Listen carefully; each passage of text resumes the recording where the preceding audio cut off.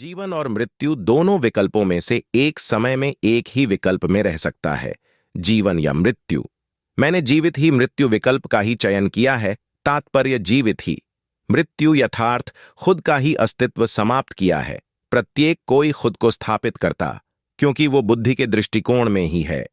और लाखों विकल्प खुल जाते हैं जीवन के लिए, जिसमें जीने के साथ प्रसिद्धि, प्रतिष्ठा, शोहरत, दौलत बेग, जो जीवन के लिए जरूरी है, मैं सबसे महरूम हूं, क्योंकि बुद्धि नहीं इन सब का एहसास करवाने के लिए ही पर्याप्त हैं।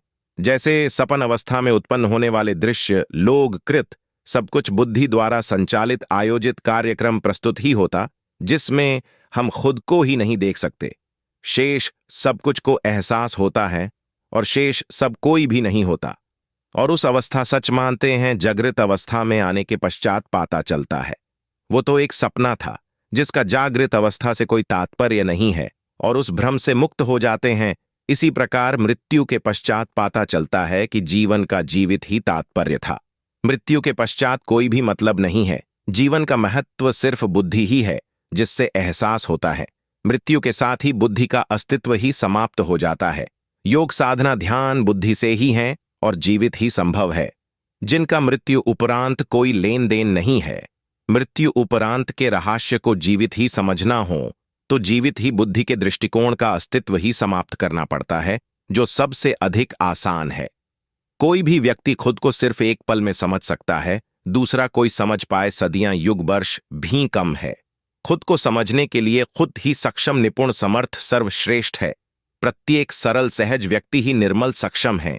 बुद्धि से बुद्धिमान होकर तो शैतान होशियार, चालाक, कलाकार, शातिर, बदमाश हो जाता है, जिससे निर्मलता, सक्षमता, स्पष्टता, निष्पक्षता, प्रत्यक्षता, संपूर्णता, संतुष्टता, गंभीरता, निष्ठाता आलोप हो जाती हैं, जिससे सिर्फ स्वार्थ हित ही शेष रहता है, जिससे अस्थायी तत्वों की आकर्षिता बढ़ जाती है, जो प्रसिद्धि, प्रतिष्ठा, शोहरत, दौलत बेग में ही व्यस्त उलझा देती है। गुरु बावे प्रवक्ता से अधिक उलझा हुआ और कोई दूसरा हो ही नहीं सकता, क्योंकि उनके पास कोई विकल्प ही नहीं है कि खुद को ही समझ पाए, खुद से ही निष्पक्ष हो पाए या खुद के परिचय से ही परिचित हो पाए। अगर खुद ही इन सब से अधिक दूर है, तो फिर स्वार्थ हित साधने की प्रमुखता के साथ वो सिर्फ इच्छा आपूर्ति हेतु ही वो सब कुछ करेगा, जो सामान्य व्यक्तित्व सोच भी नहीं सकता, जो अतीत से ही करते आ रहे हैं। उसी नियम, मर्यादा, परंपरा को, मान्यता, आस्था को बढ़ावा देकर पुख्ता सबूत के साथ काल्पनिक कहानी से सिद्ध करने में ही व्यस्त है, जो अंधविश्वासी को प्रथा, कट्टरता बढ़ावा देना है। सिर्फ सरल, सहज, उत्तम, निर्मल, सक्षम, निपुण, समर्थ, सर्वश्रेष्ठ लोगों को भी प्रभावित। जीवन और मृत्यु दोनों सिर्फ सरल, सहज, उत्तम, निर्मल, सक्षम, निपुण, समर्थ, सर्वश्रेष्ठ लोगों को भी प्रभावित, आकर्षित करके भ्रमित कर इस्तेमाल कर रहे हैं। मृत्यु, कर्म, नरक, प्रलवद का डर, खौफ, भय डालकर सिर्फ अपने हित साधने के लिए, एक मुख्य रूप से व्यवसाय धंधा चलाने के लिए, सिर्फ प्रसिद्धि, प्रतिष्ठा, शोहरत, दौलत बेग के लिए, जिनके कारण प्रसिद्धि, प्रतिष्ठा, शोहरत, दौलत बेग के नशे में चूर होकर सरल, सहज, उच्च गुणों वाले, निर्मल, सक्षम लोगों को ही मूर्ख सिद्ध करके अपने ही पैरों को चाटने वालों की औकात क्या है। वो खुद ही खुद के परिचय से परिचित नहीं है, खुद को ही नहीं समझें, खुद ही खुद से निष्पक्ष नहीं हुए। सारी कायनात में आज या अतीत में भी कोई ऐसा हुआ है तो बात करें जो खुद के परिचय से परिचित हों, दूसरा खुद ही खुद से निष्पक्ष हुआ हो, और तीसरा खुद ही खुद को समझा हो। अगर जिसमें यह तीन आधार मुख्य चीज नहीं है, वो सिर्फ एक, वो वास्तविक कुत्ता है, जो अतीत की विभूतियों के वर्णित ग्रंथ, पोथी, पुस्तकों के पीछे खुद का चेहरा छुपाकर आज से हजारों वर्ष पूर्व के नियम, मर्यादा, परंपरा, अंधविश्वास, कट्टरता, कुप्रथा को बढ़वा दे रहा है। इतने ऊंचे, सच्चे, सर्व श्रेष्ठ, समर्थ, निर्मल, सक्षम लोगों को भेड़ों की भीड़ की भांति नियंत्रण करने की कोशिश कर रहा है, जिनके कारण आज करोड़ों का साम्राज्य स्थापित किया हुआ है। उन पर ही खुद गुरु, रब, कर्म, नरक, प्रलवद का डर, खौफ, भय डालकर भक्ति भाव, प्रेम, ध्यान, योग साधना, श्रद्धा, आस्था, विश्वास के नाम पर व्यवसाय धंधा, ढोंग, ड्रामा, भ्रम, पखंड हैं। सिर्फ प्रसिद्धि, प्रतिष्ठा, शोहरत, दौलत बेग के लिए सारी सृष्टि में सिर्फ दाता, सरल, सहज व्यक्ति हैं। शैतान, शातिर, बदमाश, होशियार, चालाक, कलाकार बुद्धि से बुद्धिमान हो सकता, पर सरल सहज तो कभी भी नहीं हो सकता अगर यह गुण नहीं है निर्मलता, सक्षमता, स्पष्टता, निष्पक्षता, प्रत्यक्षता, संपूर्णता, संतुष्टता, गंभीरता, निष्ठाता। तो फिर वो एक भेड़िया ही है जो आपके द्वारा दी गई करोड़ों की संपत्ति, समाज या प्रसिद्धि, प्रतिष्ठा, शोहरत, दौलत, बेग से खुश नहीं है। और आप 20 लाख सरल सहज लोगों में से एक को भी 60 वर्ष में विश्वास नहीं, और किसी एक को भी अपने जैसा नहीं बना पाया। तो मरने के पश्चात का दावा सच हो जाने की उम्मीद में हो। हजारों तो मरे भी हुए होंगे, किसी ने भी वापस आकर बताया भी नहीं। जिंदा कोई जा ही नहीं सकता। स्पष्ट करने वो कौन सी वस्तु, शब्द, चीज है जो मरने के बाद ही जाती है।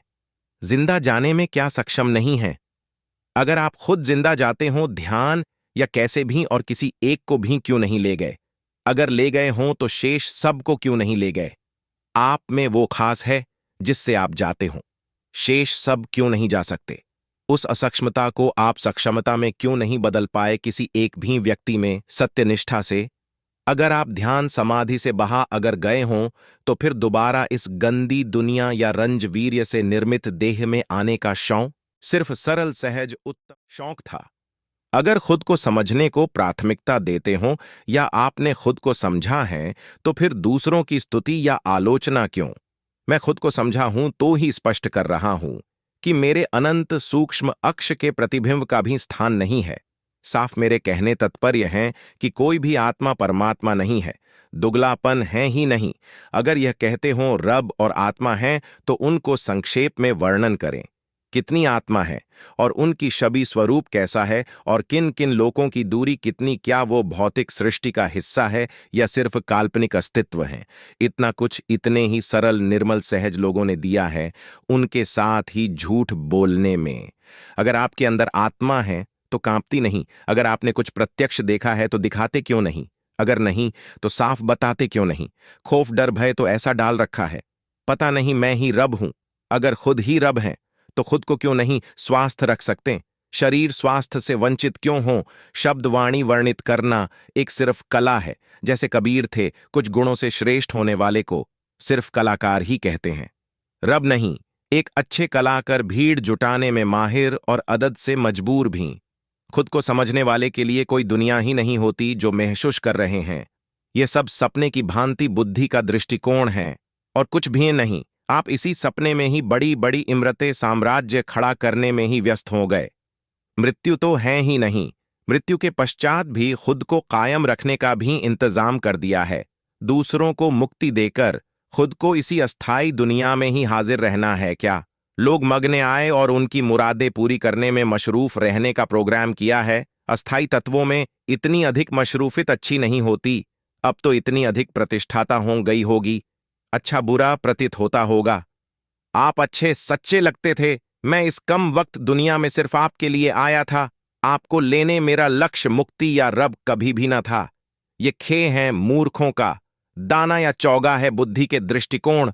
बालों के लिए सिर्फ खरबों कबीर, अहम ब्रह्मस्मि, यह सब सिर्फ बुद्धि के दृष्टिकोण से बुद्धि से बुद्धिमान होकर खुद को स्थापित कोई भी समझ सकता है। कोई भी बड़ी बात नहीं है, पर खुद को समझने के लिए खुद का अस्तित्व ही समाप्त करना पड़ता है, जो कोई भी किसी भी काल युग में नहीं कर पाया। आज तक जब से इंसान अस्तित्व में आया है, खुद को समझकर यथार्थ में हमेशा जीवित ही संभव होने का मुख्य कारण सिर्फ एकांता, एकाग्रता, सरफिरा, जनूनी जिद्दी सत्यता, इश्क, निर्मलता, सक्षमता, स्पष्टता, निष्पक्षता, प्रत्यक्षता, संपूर्णता, संतुष्टता, गंभीरता, निष्ठाता का होना शामिल है। और प्रकृति द्वारा दिए गए इंसान शरीर में सांस समय का सदुपयोग प्राकृतिक आधार पर आधारित करना स्पष्ट साफ दर्शाता है। खुद में ही खुद को समझने की ओर प्रेरित करता है, क्योंकि खुद से बेहतर खुद को कोई दूसरा जानता समझता नहीं है। दूसरा शब्द वस्तु जीव सिर्फ एक भ्रम मात्र ही है। जब खुद सा बेहतर कोई निर्मल, सक्षम, निपुण, समर्थ, सर्वश्रेष्ठ कोई हो ही नहीं सकता, और बुद्धि के दृष्टिकोण से ही निष्पक्ष होना है, तो दूसरे की जरूरत, उपस्थिति, हस्तक्षेप, निर्देश की जरूरत ही नहीं।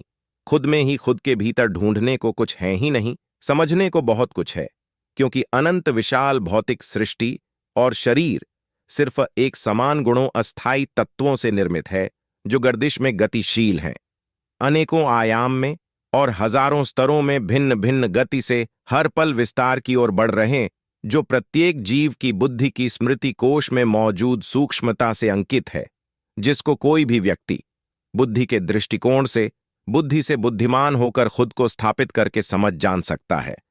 पर खुद को समझने का विकल्प बुद्धि की क्रिया शैली में नहीं है। बुद्धि की निर्मिति ही खुद के अहम अहंकार से ही है। खुद के अलावा दूसरी प्रत्येक शब्द वस्तु जीव को ही समझने के लिए स्वार्थ हित साधने हेतु ही है। ज्ञान विज्ञान दोनों ही बुद्धि का ही आधार है। जैसे बुद्धि के दृष्टिकोण में बुद्धि से बुद्धिमान होकर खुद को स्थापित करना पड़ता है, समस्त विशाल भौतिक सृष्टि को वैसे ही खुद को समझने के लिए खुद ही खुद की बुद्धि का अस्तित्व ही खत्म करना पड़ता है खुद के लिए, तो ही खुद से निष्पक्ष हो जाता है और खुद ही खुद के परिचय से परिचित हो जाता है और खुद को समझ जाता है। सिर्फ एक पल में और उसी एक पल में खुद ही यथार्थ में हमेशा के लिए हो जाता है और दोबारा सामान्य व्यक्तित्व में आ ही नहीं सकता, चाहे खुद भी लाखों कोशिशें करके देख ले, क्योंकि बुद्धिहीन हो चूका होता है और खुद ही जीवित ही संभव है। मरणोपरांत निश्चित तौर पर समझने की क्षमता के साथ इसके सिवाय जो कुछ भी कोई किसी भी काल युग में किया गया है वो सब सिर्फ जीवन व्यापन के स्रोत ही थे। सरल सहज निर्मल सक्षम व्यक्ति को मूर्ख बनाकर जो सब बुद्धि के दृष्टिकोण से बुद्धि से बुद्धिमान होकर किए जाते हैं, जिनका यथार्थ में कोई भी तात्पर्य नहीं है। 20 लाख लोग सिर्फ आपकी अपनी प्रसिद्धि प्रतिष्ठा शोहरत दौलत बेग के स्रोत को बदले में देने के लिए आपके पास क्या है जो आपने मुझे दिया है? सिर्फ नफरत जो हित साधने के पश्चात फेंकने वाली एक अदा है, जिसमें शेष सब संगत की सहमति होती है।